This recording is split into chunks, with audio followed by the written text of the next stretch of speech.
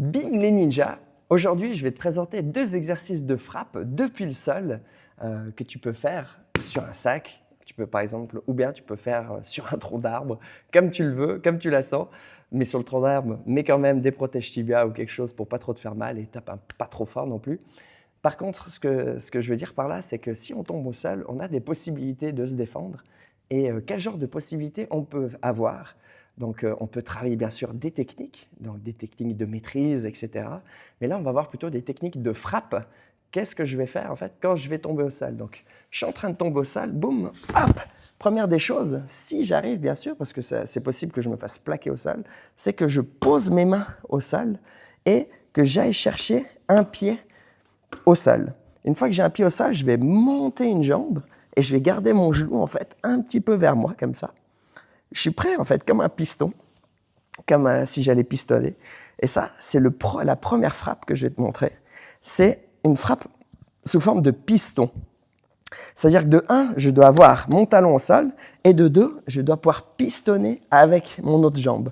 Pour ça, je dois être aussi assez stable avec mes bras et en même temps que je fais ça, je vais me soulever avec mon haut du corps. Donc je me soulève et je vais frapper. Donc je vais essayer de viser la jambe de l'adversaire, le genou, les parties, quelque chose qui va faire que je vais pouvoir après me relever. Tac. Donc c'est une autre partie aussi de se relever, c'est aussi une partie qui est assez intéressante. Là pour l'instant, on va se concentrer que sur les 2 frappes. Donc je suis ici, je viens de tomber au sol, je pose mes mains au sol, je pose mon pied au sol et là, je vais garder mon genou assez proche de moi, l'autre genou assez proche de moi.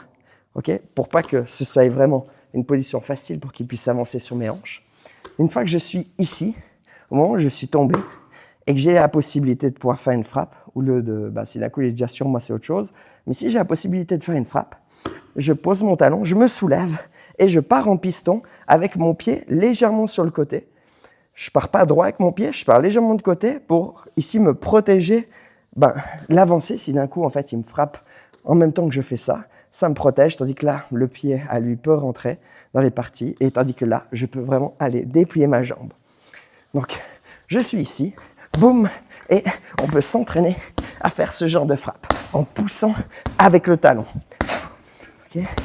Ça, c'est vraiment intéressant de le faire vraiment, pas seulement une fois pour se dire « Ah ouais, c'est facile », mais le travailler en répétition. En plus de ça, ce qu'il y a de bien, c'est que ça va muscler aussi tes bras, parce que tu vas sentir qu'au moment où tu poses tes mains, tu as les triceps qui vont travailler. Bien sûr, si tu tombes au dos, sur le dos, c'est un peu la même chose. Tu peux déjà être sur ton dos comme ça, tac, poser tes coudes déjà au sol pour amortir, partir un peu sur le côté et déjà commencer ta frappe. C'est toujours dans la même optique. Je pose mon coude pour avoir un appui, je pose mon talon pour avoir un appui, boum, et j'essaye de frapper en même temps. Donc, tout ce genre de système, c'est vraiment fait pour se relever. Je ne reste pas au sol.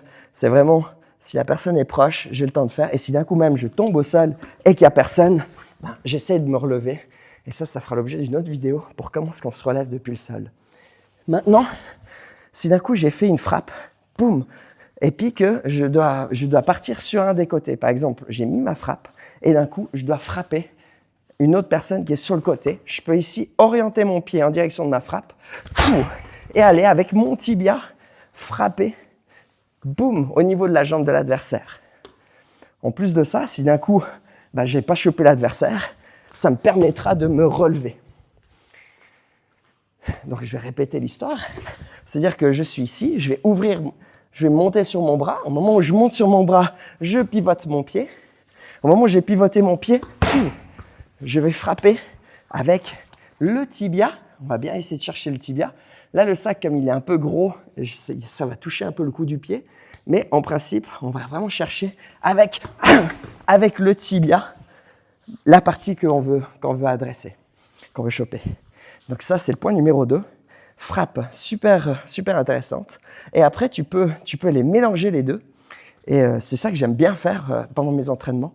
C'est pas non plus rester une plombe au sol, mais par exemple, je suis en train de frapper au sac pendant 2 minutes. De temps en temps, je tombe au sol, je me mets au sol, je frappe, ok, et après j'essaie de me relever pour continuer en fait toutes mes frappes normales que j'ai.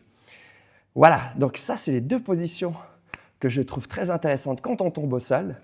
J'espère que ça peut t'aider. Et puis maintenant, si d'un coup tu veux d'autres vidéos, c'est avec plaisir que tu peux m'écrire, tu peux écrire en commentaire. Et je ferai un plaisir de faire plein de vidéos pour toi. C'est vraiment fait, j'ai envie de partager toutes ces techniques, toutes ces choses avec vous. Allez, à bientôt!